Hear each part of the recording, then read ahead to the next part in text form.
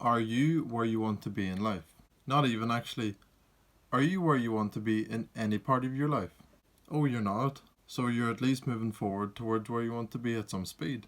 No, again, the pain isn't bad enough for you to actually get up, be uncomfortable, and even make your life a little bit better at the end of the day than it was at the start. What is taking up so much of your time and focus that you sit in your room all day in a nearly sort of unconscious state, scrolling through shitty memes on Instagram, then going onto Reddit to look at shitty memes, then going onto Snapchat to look at shitty videos, all while YouTube is playing in the background? All that you can look at your shitty YouTube video, only after something interesting happens, and so you feel less lonely. Have you noticed the pattern? Everything is shit. But you don't realize that, because you're feeding your brain a ridiculous amount of dopamine that basically makes you numb to everything else. What's the point of changing if you're not in pain? You still live with your parents, so they provide for you. You have saved up enough money so that you can buy things that you want. You have a group of friends that you can talk to, even though you know that they don't really respect you. You have a girlfriend that you can spend time and be intimate with. So you don't need to become a better man or build a better body. Or if you're not with your girlfriend and it's just that she doesn't satisfy you, you go watch porn. All of that combined makes a life that is in no way good. But at the same time, nothing is sticking out as going wrong or even being wrong. And so nothing is hurting you enough for you to actually change anything. Think about your life now and think about what it could be in the future. Imagine that you've become the man that everyone looks up to and idolizes. People love being around you. You make people feel safe and secure. You provide for your loved ones, which makes them love you back even more. But that's not the path you're going down. You think to yourself that it's too hard to do all that and become all that. So you choose to stay in your mediocre life.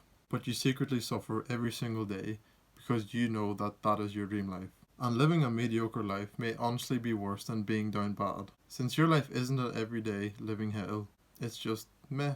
And someone looking in from the outside into your life wouldn't bat an eye, since so many people live in the exact same way. And for people who don't know any better, it actually seems like a healthy life. It's not like you wake up, do drugs, and abuse alcohol every day. Someone abusing drugs or alcohol will snap out of it and wake up at some point and realize that they are in a living hell. And if they have a strong enough reason why, they will get out of it.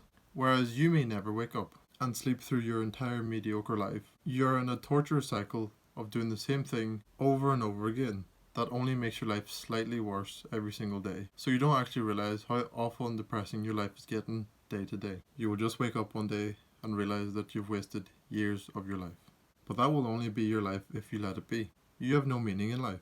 And meaning in life means responsibility. And responsibility justifies the misery of life. Life isn't supposed to be fun. You have fun to reward yourself and to relax for the hard work that you do and for the responsibility that you take on every single day.